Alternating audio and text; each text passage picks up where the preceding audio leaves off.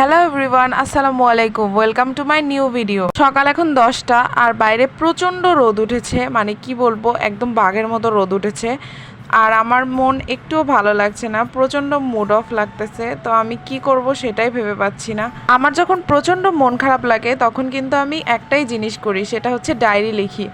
আমার ভালো লাগা খারাপ লাগা সব কিছু এই ডায়েরিতে লেখা আছে। আমি ডায়েরি লিখতে খুব পছন্দ করি। আর এই ডায়েরিটা কিন্তু আমার ফ্রেন্ড আমাকে বার্থডেতে গিফট করেছিল। থ্যাংক ইউ সো মাচ বান্ধবী, আমাকে এত সুন্দর একটা জিনিস উপহার দেওয়ার জন্য। এটা সব সময় আমার সঙ্গী, আমার ভালো লাগা খারাপ লাগা সব কিছুর সঙ্গী।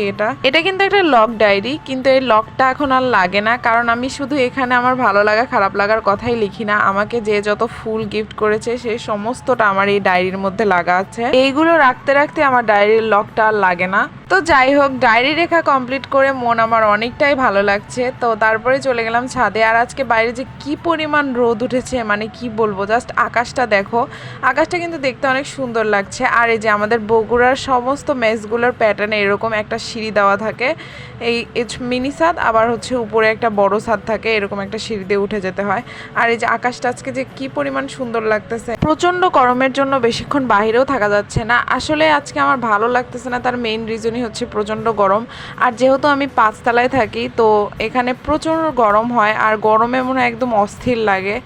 গরমে স্কিনও খারাপ হয়ে গেছে, একদম কিচ্ছু ভালো লাগছে না গরমে। তার উপর আজকে আবার ছিল জাতীয় বিশ্ববিদ্যালয়ের অনার্স সেকেন্ড ইয়ারের রেজাল্ট দেওয়ার কথা।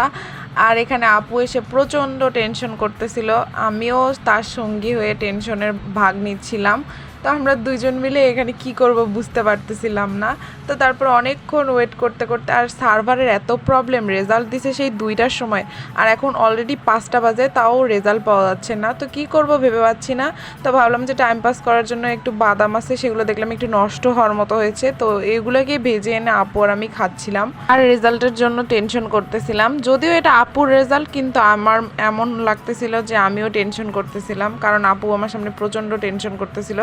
তো যাই হোক, আলহামদুলিল্লাহ আপু ফার্স্ট ক্লাস পাইছে। তো তারপরে চলে গেলাম বাইরে, যেহেতু ভালো লাগতেছে না, তো ভাবলাম যে বাইরে গিয়ে একটু ঘোরাঘুরি করে আসি।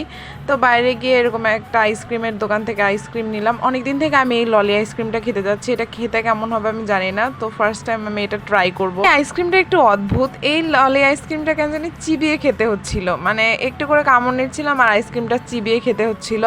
তো আইসক্রিমটার টেস্ট আমার কাছে মোটামুটি ভালোই লাগছে।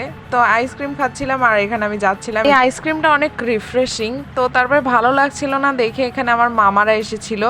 তো মামাদের সাথে অনেকক্ষণ গল্প করে হাসাহাসি করে হচ্ছে মুড ফ্রেশ করে আবার উপরে এসেছি। আর এই যে 5তলা থেকে, মানে নিচতলা থেকে 5তলায় আসলে এত পরিমাণ হাঁপিয়ে যায়, মানে কি বলবো, একদম হাঁসফাঁস উঠে যায় একদম। যাই হোক, দিনটা খারাপ দিয়ে শুরু হলেও শেষটা কিন্তু অনেক ভালোই হলো। তো ভিডিওটা এই পর্যন্তই। ভিডিওটা ভালো লাগলে অবশ্যই একটা লাইক করে দিও। Thank you so much for watching. By.